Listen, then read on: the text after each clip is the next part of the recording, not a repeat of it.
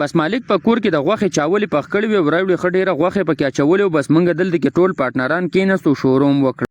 سلامونه ټولو یاران دوستان. د نن په سر کې ډایرکټ چې څنګه په موټر سایکل کېناستم نن خو سر کې یاره ډېره زیاته یخني و ځکه چې ما درته ویل چې لږ په قلاره زه ځکه چې یخني ډېره زیاته ده. د ما ته ویل بالکل بې فکره اوسه بس ویل ته ځان ټینګ کړه بس ویل زه روان یم. ما ورته ویل صحیح ده بالکل بېغمه شه. بس شاته به څخه ښکلی ناست وم او په سور باندې روانو په دې ښکلو لارو په ښکلو مزېدارو علاقو باندې چې دلته کې کوم پارک راځي چې کوم د څښاکوټ سره نږدې راځي نو تاسو ماته په کمنټس وایئ چا دا پارک لیدلی او چا په دې کې سیر کړی دی. نو چې ډېر زیات ښکلی ځای او ډېر زیات مزېدار ځای و خو خوږ علاقې سپرلي تېر شوي. تاسو پته زموږ د علاقو چې دا د ملکان روډ دی چې ډېر زیات مزېدار ښکاري د دې ونو بوټو په وجه باندې. په دې کې چې موږ کله څښاکوټ بازار ته راورسېدو نو تاسو لیدی شئ چې سهار ټیم دی خو د څښاکوټ بازار بند دی.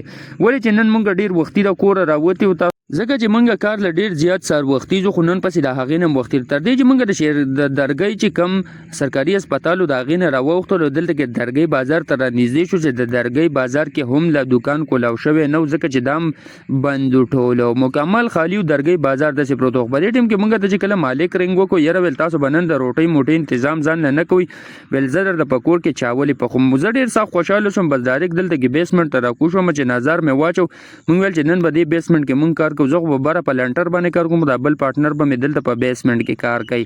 تر دې چې ما دلته کې خپل ماشین سٹارټ کړی تاسو لیدلی شئ د چپسو کټۍ مې شروع کړې وه خو نور ډېر زیات تیز او ډېر زیات سوځولې کول ځکه چې دلته کې په پاس لنټر باندې مې کار کوم سر کې یخني وه خو دلته کې نور ډېر زیات راتیز شوی و.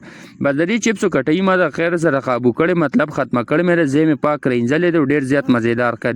په دې ټیم کې پارټنر پیتا راوست ویل بره چت ناپ کوو چې دا څومره دی نو هغه سره پاسه 2000 فوټه وخت بجلي تللې وه. بس دلته کې ډایرکټ رالم او دلته کې د دې مصریانو تماشه مې شروع کړله چې دوی ته مې ویل یاره تاسو کار کوئ زه به درته دلته کې ښه مزېدار ناست یم. چې بجلي راغله بس لاندې رالو بیسمنټ کې م کار شروع زما بل پارټنر ماشین سټارټ کو. بس په دې ټیم کې مالک رنګ وکړ ویل تاسو ځان تیار اوسئ زر له وریجې دوړم. بس تر دې چې موږ هغه وریجې راوړې ښې د غوښو ډکې پخ کړې وې او زموږ ټول مارګري ورته راټول شول او دلته کې څومره چې د کار والو بس انور علي چول شروع کړ. بس وریجې م ښه په ډاکه خېټه وخوړې د بل ملګري ته مې موږ درنه لاړو چوټي م وکړله ځکه چې د ورځې تقریبا 3 بجې بجلي زه دغه ټیم موږ چوټي کوو نن هم پکې پیلنګ وکړو چې راووتو نو روډ مکمل سیزل کول نور ډېر زیات تیز او مکمل مخ را له داسې سیزو چې بیخي مې د ملګري ته ویل لږ په طریقې سره او په حوصلې سره ځکه چې نور ډېر زیات تیز دی مخ سیزي.